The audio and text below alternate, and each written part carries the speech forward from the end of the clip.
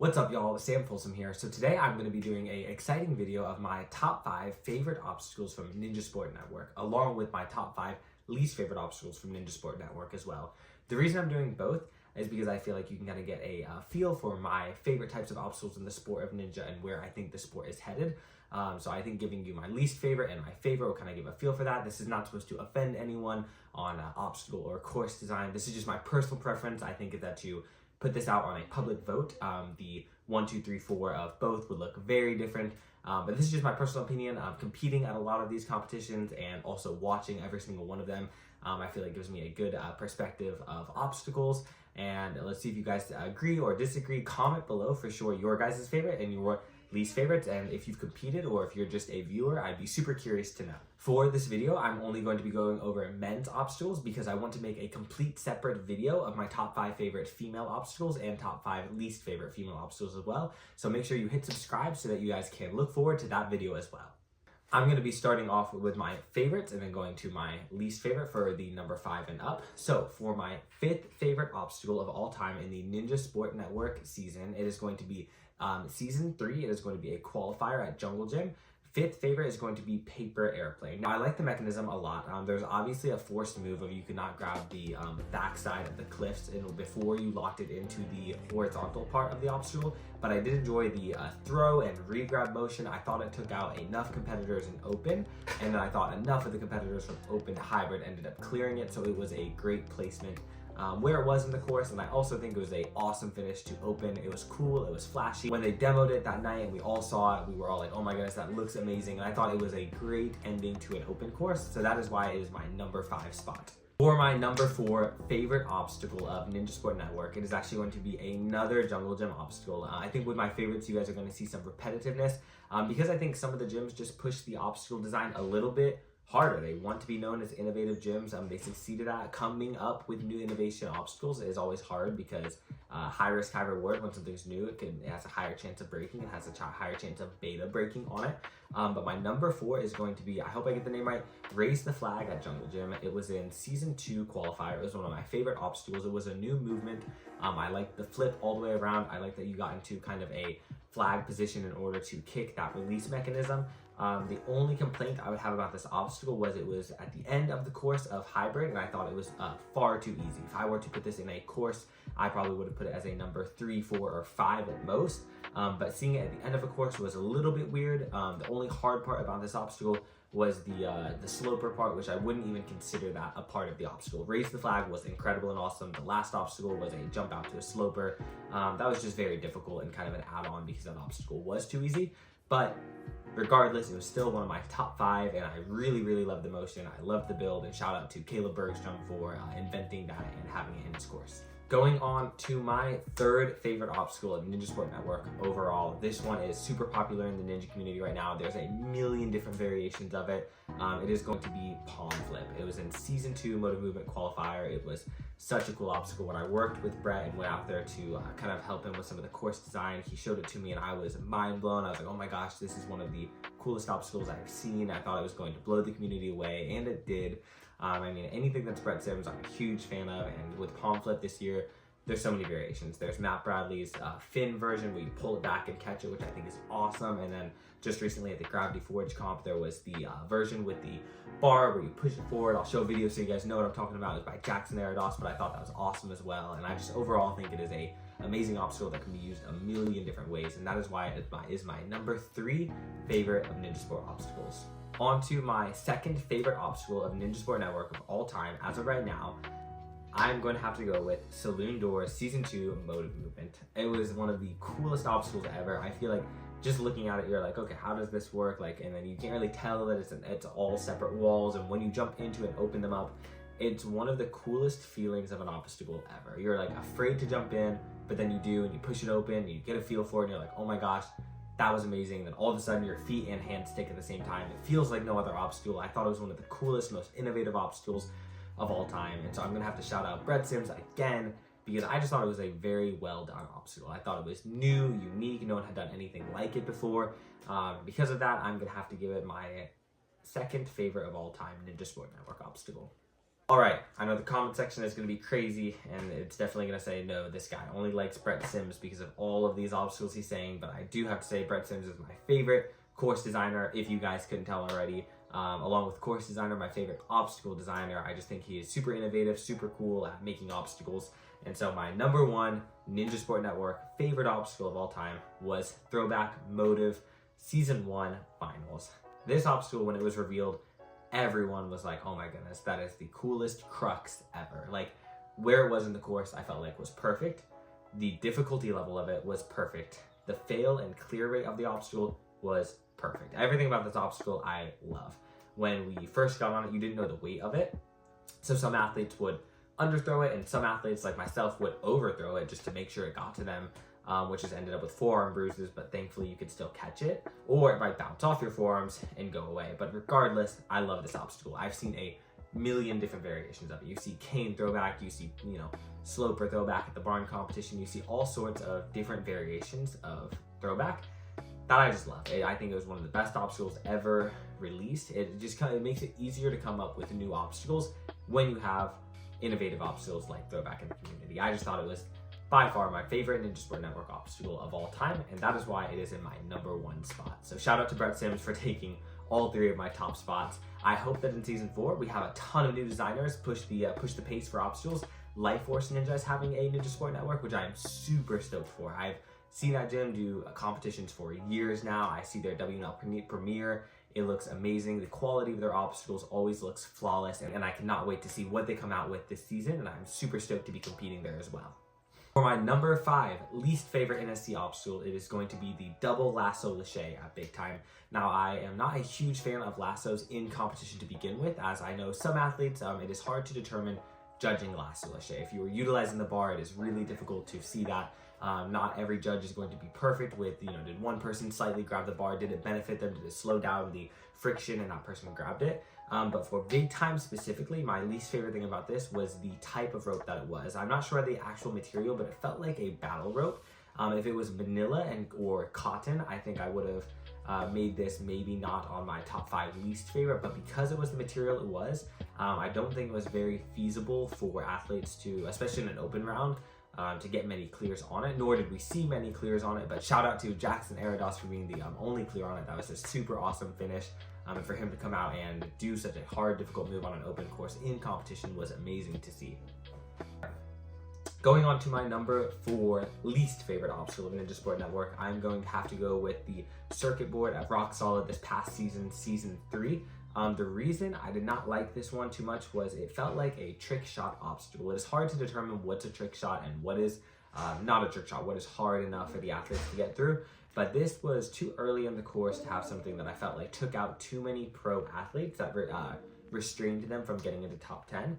It also required a ton of precision that I feel like is unnecessary in competition. I feel like it is possibly, you could definitely have athletes who are not as good or well-rounded, or who only train precision, end up getting to a top 10 and then flunking hybrid speed and burnout, making it not as entertaining for the viewership, but also not getting the best athleticism into the competition.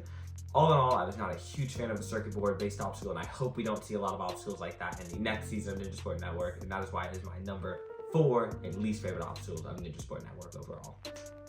Going on to my 3rd least favorite obstacle of Ninja Sport Network, I'm going to have to go with the board at Ferox. So for 2 separate reasons, I did not like this obstacle. Number 1, the flip mechanism of the next board flipping I thought was a cool idea in theory, but because it was done with straps, I thought it was too finicky. When some athletes were to throw, you can kind of see in the video that I'm talking about, it would just shoot away from it. It would just launch away. And some people said that was because of technique. I think it was just a finicky obstacle because some athletes would do the exact same tech, maybe a different weight, maybe a different size, whatever it was, and it would not go away from them. It would not fly away, making that first initial catch very easy. So for this reason, I would rate this my number 3 least favorite. It was just too finicky for me, and then at the end, no one did it as intentional. It was just a throwback to the very end. Shout out to Noah Muner, who did do it intentionally, where he actually did the dyno, pulled over and flipped it. That took a ton of brute strength, and it was awesome to see, but it was definitely not one of the obstacles that I would want to come and face again.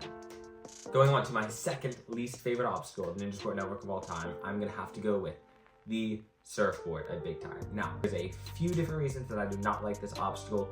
I could go with the obstacle aspects of it as far as technique goes. So as far as technique goes, I didn't like the inconsistency. We were going over those little vinyl Velcro things on mats as you went over, so it could possibly get caught or kind of fumble on you in the actual obstacle itself, which I did not really like that aspect of the obstacle.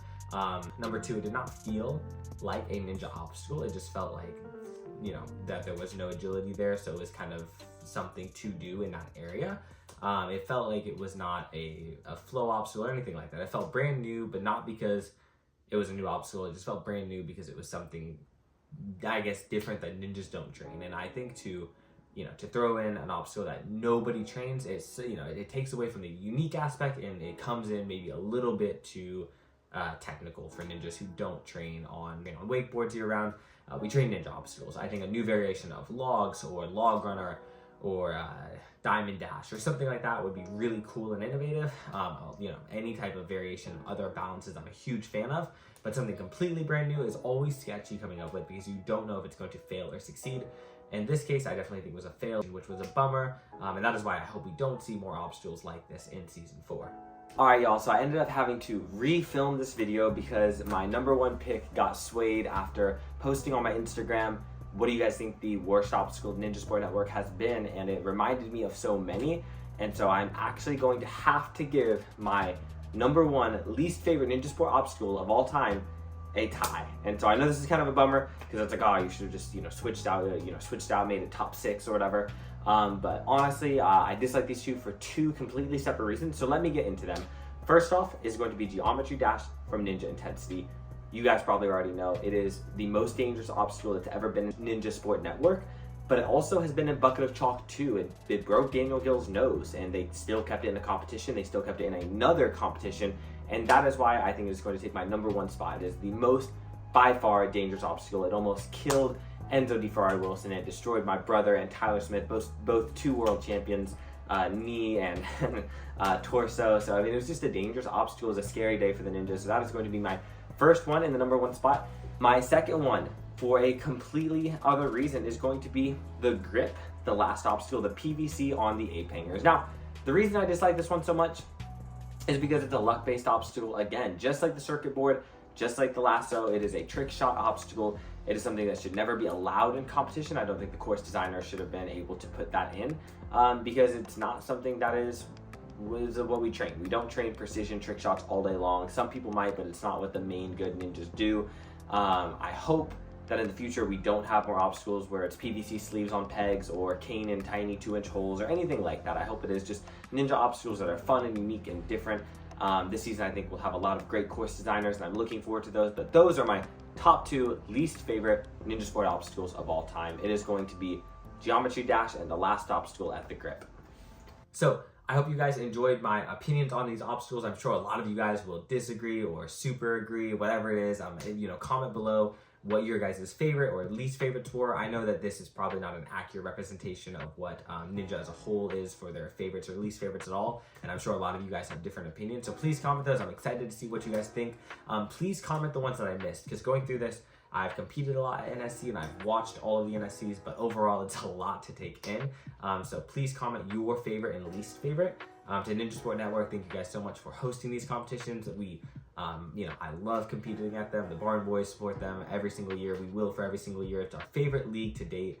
And we love competing on all of the obstacles that you guys provide us. Before I leave this video, I'm going to do my honorable mentions for either build quality or technique, or just, rigging takes many hours. I just want to shout out some of the gyms that you could tell put in a ton of time into their obstacles. So honorable mentions for great quality build was Modus Ninja in Kansas City, man. The cliff up and down move off of Sasuke at the end of Burnout and the spinning vertical aim off of Sasuke were 2 of the cleanest builds I've seen in Ninja Sport Network. And to see them in competition, real sized, like as if you would on Sasuke, I just thought it was really cool. I just want to shout them out for the build quality and the hours they put into that competition. So great job, guys, and I hope to see more of your guys' innovative obstacles this season. Number 2 honorable mention, I want to give a shout out to Jungle Gym for the Tetris cubes, for the build quality of that. I just thought they were super clean, and I just really liked doing them. Along with that, I want to give them a shout out for the toe shoot obstacle. It was a super fun movement, and I just personally loved doing it. It just felt like a new fun movement, kind of from parkour to ninja, which I loved doing.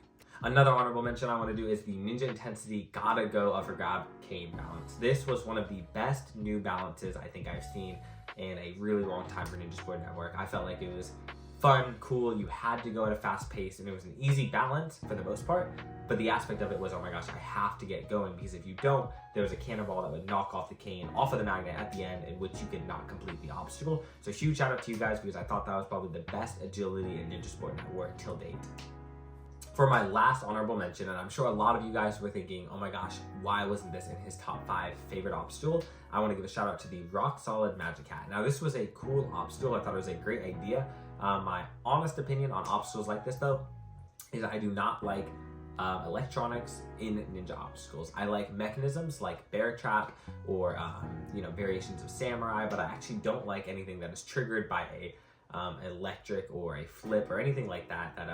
The reason being is because I think that it has a lot of room for error. It has a lot of room for malfunction. Although this situation, I think it worked out great. I think in the future goal of Ninja, I hope to not see any more electronics on any of our courses, and that's just my personal opinion of obstacles. You never know when you're at a ninja competition like OA and the power is going to go out and they continue running on a generator, and then all of a sudden you can't have your magic hat work because it works on electricity, not on a mechanism. So that's just kind of my personal opinion, but it definitely was an awesome idea, and I know a lot of people loved seeing it. I hope you guys enjoyed this video. I'm soon going to be releasing my top 5 favorite women's obstacles and top 5 least favorite women's obstacles for Ninja Sport Network. I hope you guys are looking forward to that. Comment below what you guys think. Yeah, thanks.